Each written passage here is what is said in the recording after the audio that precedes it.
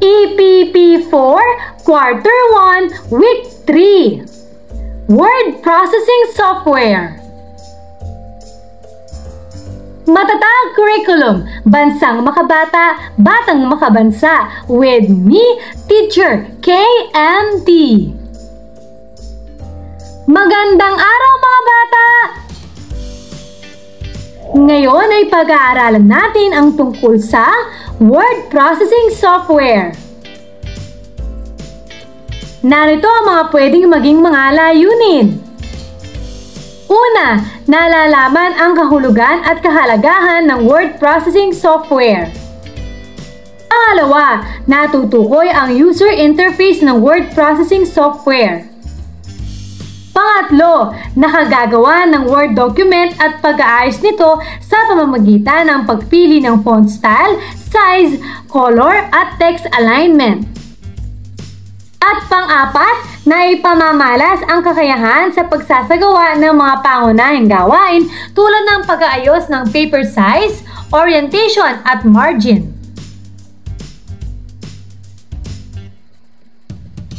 Maikling balik-aral.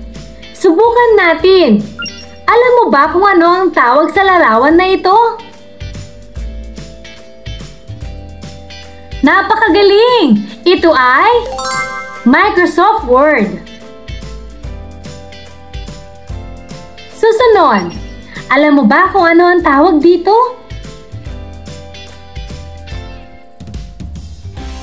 Mahusay! Ito ay Quick Access Toolbar.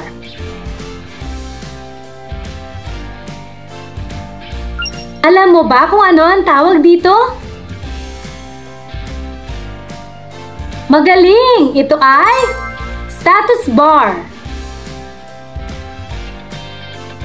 Maaari mo bang sagutin? Una, kailan mo nagagamit ang Microsoft Word?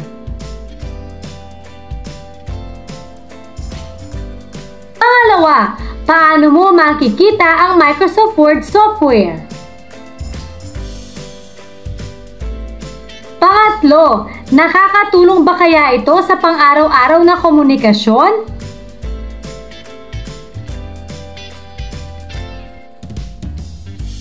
Paglinang sa kahalagahan sa pagkatuto sa aralin. Ang word processor ay isang device o software program na may kakayahang gumawa, mag-imbak at mag-print ng mga text na dokumento.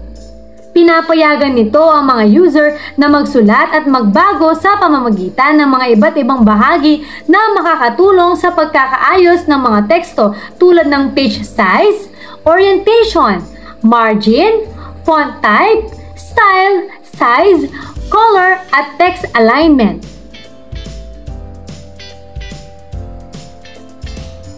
Paghawan ng bokabularyo sa nilalaman ng aralin. Una, dokumento. Isang nakasulat o nakalimbag na papel na naglalaman ng impormasyon. Pangalawa, font.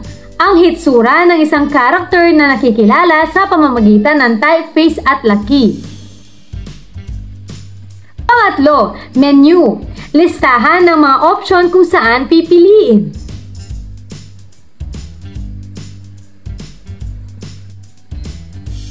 Pang-apat, menu bar.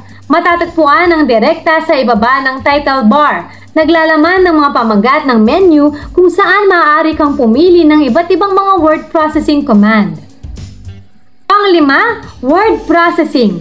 Isang software application na gumagamit ng computer at software para gumawa, mag-edit at mag-print ng text-based na dokumentasyon tulad ng mga liham, ulat at memo.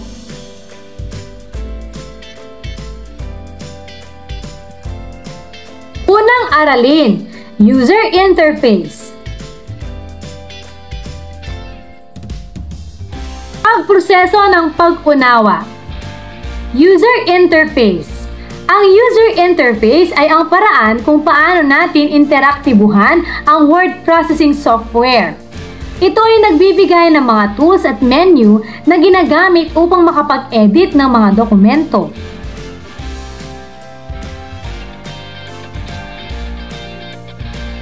Sa bahaging ito ng leksyon, tatalakayin ang mga sumusunod na konsepto.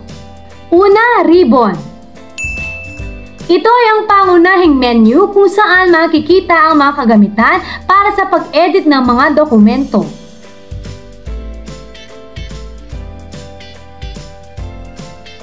Pangalawa, toolbar.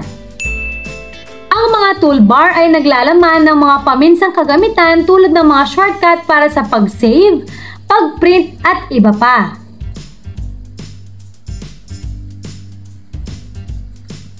Pangatlo, document pane.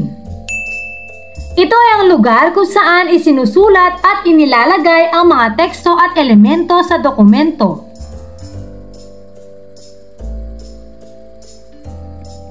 Pinatnubayang pagsasanay. Gagabayin ka ng iyong guro para sa gawaing ito.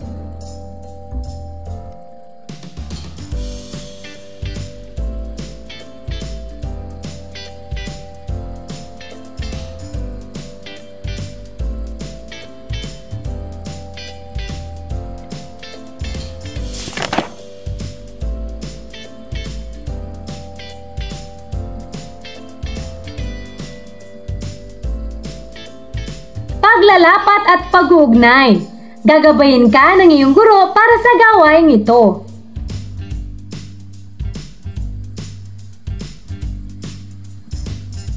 Pangalawang aralin, page size, orientation, and margin.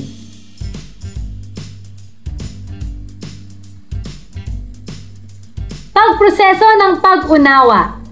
Sa bahaging ito, pag-aaralan natin ang mga mahalagang aspeto ng pag-aayos ng pahina sa Word document gamit ang word processor. Ito ay kinabibilangan ng una, page size. Ang pahina ng dokumento ay maaaring iset sa iba't ibang sukat tulad ng letter, legal o custom size.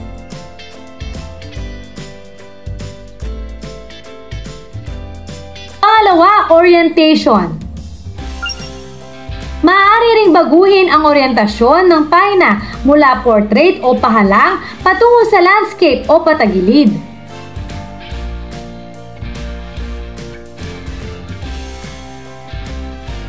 Pangatlo, margin. Ang margin ay nagpapahintulot na magtakda ng espasyo sa paligid ng teksto o elemento sa pahina.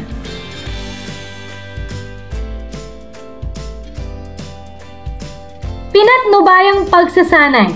Gagabayin ka ng iyong guro para sa gawaing ito.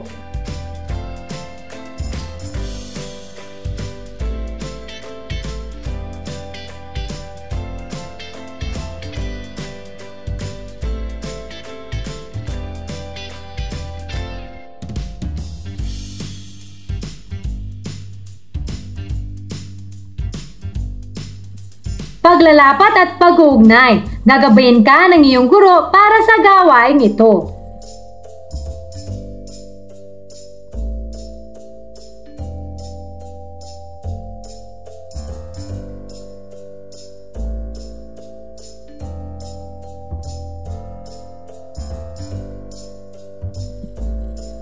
Pangatlong aralin, font type, style, size, and color. Pagproseso ng pag-unawa.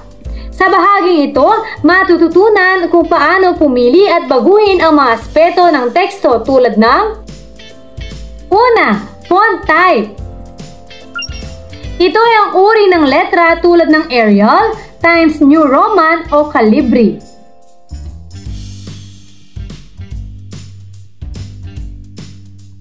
Pangalawa, font style. Maaaring palitan ang estilo ng letra tulad ng bold,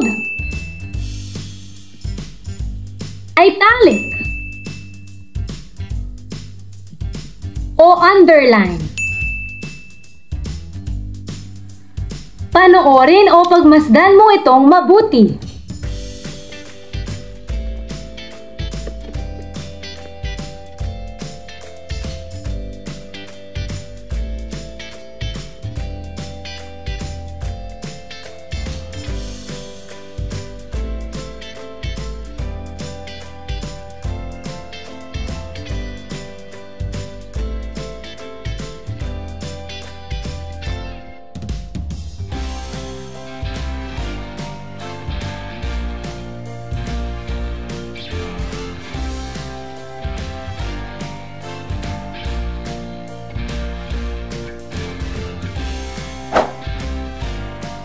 Ituloy natin.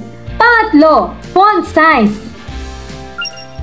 Ang laki ng letra ay maaaring baguhin ayon sa pangangailangan, mula sa maliliit na letra hanggang sa malalaking heading.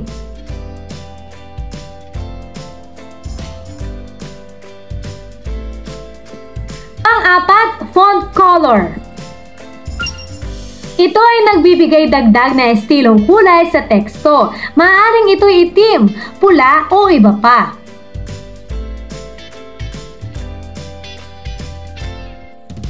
Pinatnubayang pagsasanay. Gagabayan ka ng iyong guro para sa gawaing ito.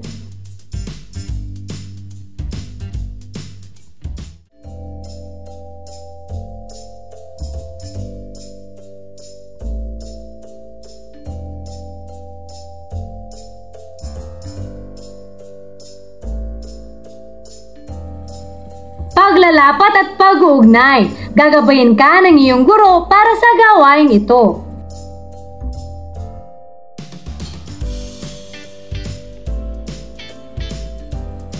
Pang-apat na aralin, text alignment.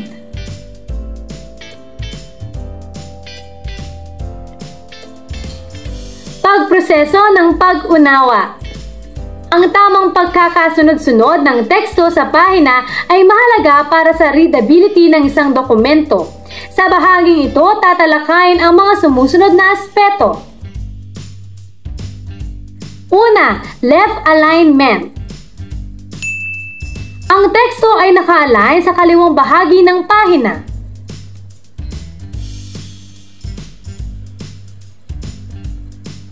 Pangalawa, center alignment. Ang teksto ay naka-align sa gitna ng pahina.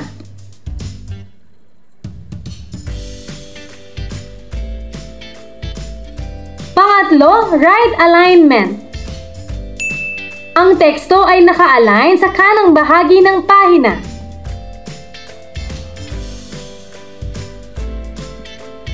Pang-apat, justify alignment.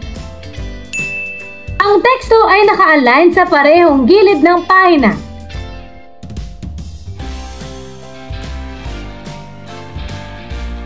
Pinatnubayang pagsasanay. Gagabayin ka ng iyong guro para sa gawaing ito.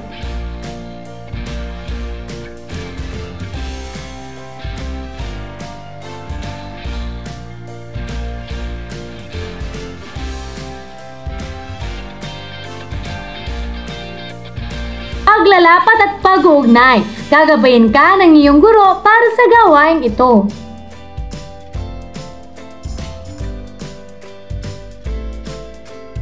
Pabaong pagkatuto. Ano-ano ang mga dapat isaalang-alang sa paggawa ng dokumento gamit ang word processor? Bakit ito mahalaga?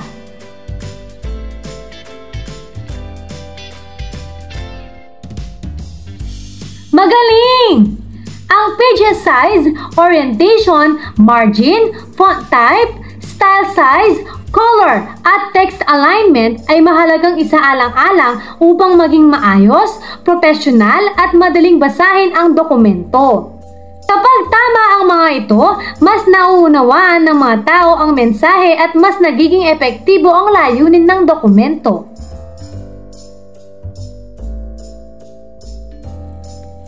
Pagninilay sa pagkatuto.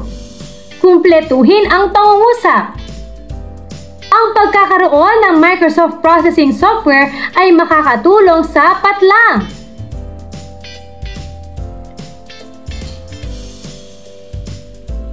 Magaling!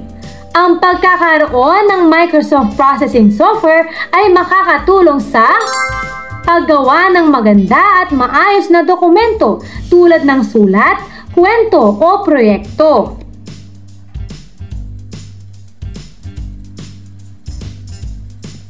Kailangang malaman ang tamang pamamaraan gamit ang mga patlang.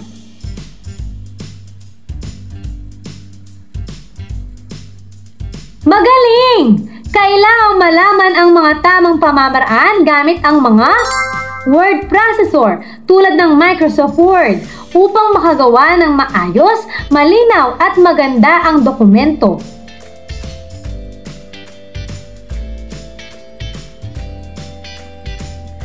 Pagtataya.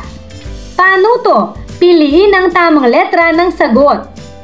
Una, kailan ginagamit ang word processor? A. Paglalaro o games. B. Pakikipag-chat sa mga kaibigan. C. Pag-edit at pag-format ng mga teksto. D. Panonood ng mga pelikula. Ano ang tamang sagot?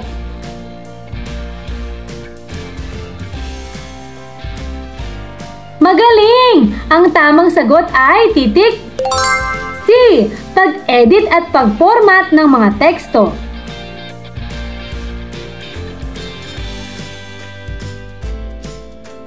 Pangalawa, anong bahagi ng word processor ang karaniwang ginagamit upang baguhin ang laki ng font? A. Page layout. B. Font size. C. Spell check. D. Save. Ano ang tamang sagot? Magaling! Titik B. Font size.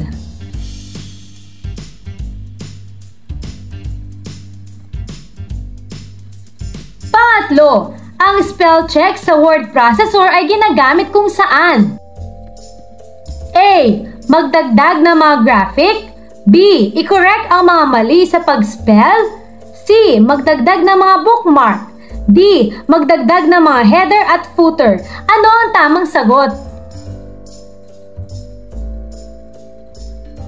Napakagaling! Ang tamang sagot ay B. I-correct ang mga mali sa pag-spell.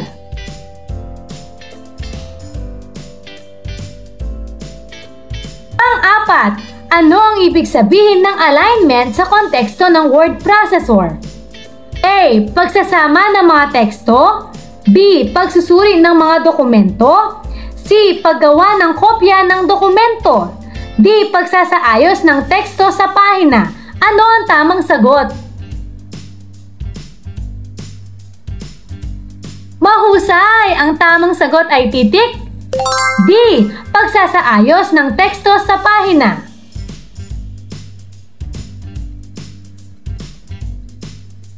Panglima, ano ang shortcut key para gawing bold ang teksto sa word processor? A. Ctrl plus B. B. Ctrl plus I. C. Ctrl plus U. D. Ctrl plus S. Ano ang tamang sagot?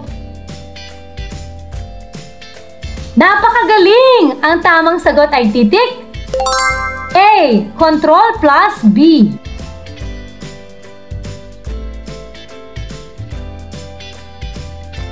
Pang-anim, maaari bang baguhin ang gustong kulay sa teksto? A. Oo. B. Hindi. Ano ang tamang sagot?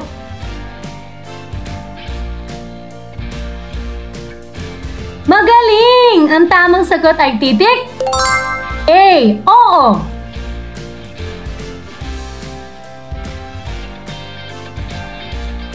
Pang-pito, si June ay gustong i-align ang mga teksto sa parehong gilid ng dokumento. Ano ang kaniyang gagamiting alignment? A. Left alignment.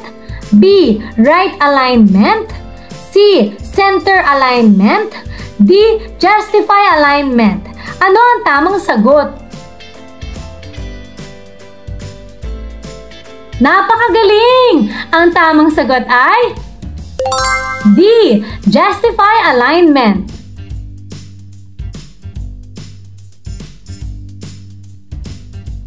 Pangwalo, si Micah ay gustong i-align ang mga teksto sa gitna ng dokumento. Ano ang kaniyang gagamiting alignment? A. Left alignment. B. Right alignment. C. Center alignment. D. Justify alignment. Ano ang tamang sagot?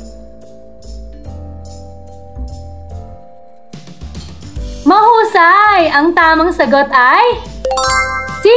Center alignment.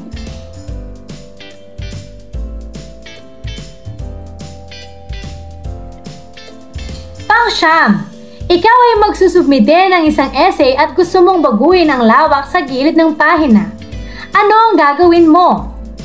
A. Gamitin ang margin. B. Gamitin ang alignment. C. Gamitin ang orientation. D. Gamitin ang page size. Ano ang tamang sagot?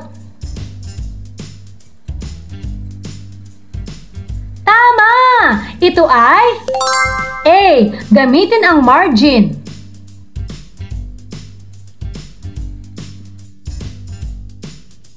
Pang-10. Ito ay ginagawa para baguhin ang oryentasyon ng papel. A. Margin. B. Alignment. C. Orientation. D. Page size. Ano ang tamang sagot?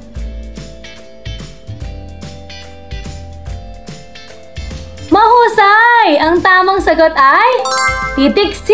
Orientation.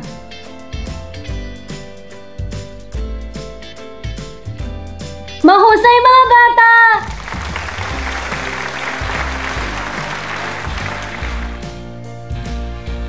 Ano ang mga natutuhan mo sa araw na ito?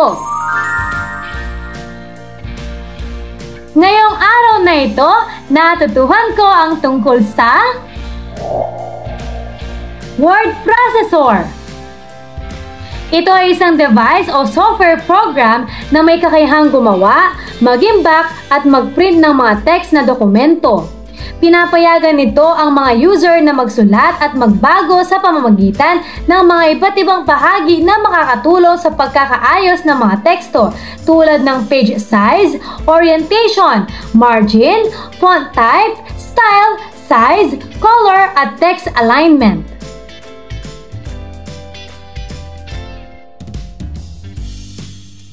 Nalaman din natin ang patungkol sa user interface. Ang user interface ay ang paraan kung paano natin interaktibuhan ang word processing software.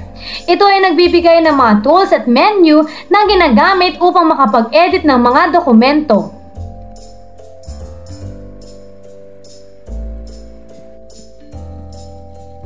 Maraming salamat sa pakikinig mga bata! Sana'y may natutuhan kayo. Huwag mong kalimutan pindutin ang like, share, at subscribe.